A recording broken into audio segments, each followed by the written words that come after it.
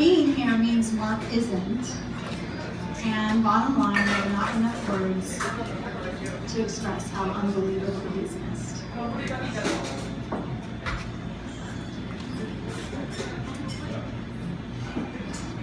Knowing how deeply I miss him, I would be remiss to not acknowledge that there are so many others in this room that have had the privilege to have known him so much longer.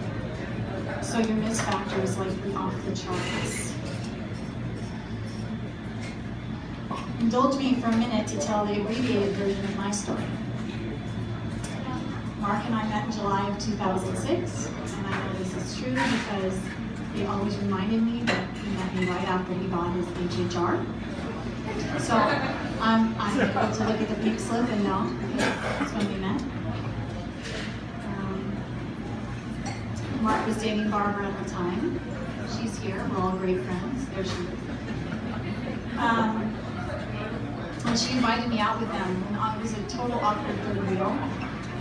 But we had a fun night of drinking and dancing across the street at Padres, which is why we're here tonight. Not Padres, but we're here because Mark was good friends with Ramon, and Ramon is the owner now of Will's Restaurant. So when Mark and I were driving in the car a couple weeks ago, I asked him what would he like me to do after we celebrate. I really didn't want to talk about it, but I suggested that we come here because Bonnie, Bonnie, everybody knows Bonnie, she's like my mother, but she had just been to a memorial at a bar, so it was really nice and people could just speak. So I suggested that to him and he said yes. So thank you, Ramon, for letting us be here and have this celebration.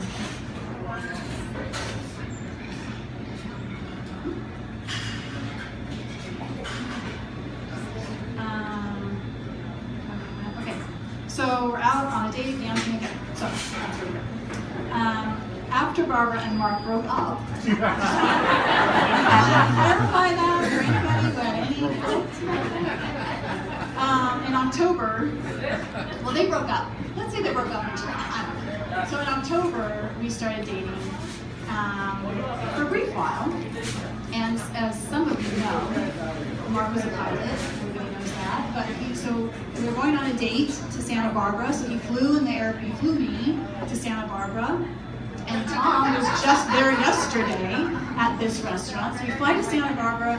We get on the plane and we're walking down this pathway and he breaks up with me. On the way to lunch, I still have to go through lunch and get back on an airplane. So if anybody plans on breaking up, don't do it after you've landed. So then a year and a half goes by. And we met by chance at the market. Of course, I turn the aisle and Mark is head down in the Haagen-Dazs little thing there, trying to pick out ice cream. And it was Memorial Day weekend, and he said, I'll bring the steak if you bring the wine. So then we dated for 9 months, and we chose to not, hang out with Mark anymore, because I decided I wasn't the most important person in his life. So then he relentlessly pursued me, and I probably kind of loved this. He convinced me he was the right choice. 3 things convinced me of this. One, he went to St. Charles, church that does in Toledo Lake, and he went in during his birthday. I don't know, his work people are here listening. So during the workday, he went into the church and he sat in a pew, and the priest came up and said, why are you here? And he said, well, I'm praying that Andrea chooses me. So that was one reason. Another one was I had shared with Mark that a person I dated had once said, oh, you're like a 9 out of a 10. So again, young boys in the room, don't ever say anybody's a 9 out of a 10. And when we told this story to Mark, without hesitation, he said, you'll always be my 12. Yeah, so that stuck with our relationship for a long time. And the third reason was he promised me that each day we would love each other more than the day before, and that no one would ever love me as much as he did, except maybe Jessica. He He told me I had reminded him what it felt like to trust and open your heart and love again. Needless to say, I clearly chose Mark. And to quote the movie Up, I wish I'd met him sooner and had a chance to love him longer. Mark was by far the happiest person I've ever known. The most genuine and incredibly kind man, loyal, giving, respectful, and loved clearly by so many. He was an eternal optimist, the have a good time guy, just woke up randomly singing, whistling Elvis tunes, just because it was another day. I'm so grateful to have shared the time I did with him. He balanced me even though I fought against it. I have to work just one more hour, okay? It was a constant running joke in our house. He taught me to be kinder, to have more fun, to randomly drink champagne on a Tuesday night, just because it's a Tuesday night and we should celebrate life. There are so many things to say. Lastly, he always opened my car door for me. And any door for anyone if presented the opportunity. So here's my challenge to you. From tonight forward, when you leave, open the car door for each other and think of Mark. I opened the car door in the last month of his life. I helped him in, I helped him out, and it felt kind and loving and respectful.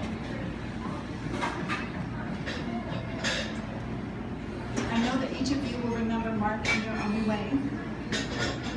But in the spirit of Mark tonight and moving forward, if you don't already do this, try it. Help Mark maintain the spirit that chivalry is not dead. And in the months and years to come, allow it to be a reminder of also very kind, loving, and wonderful husband.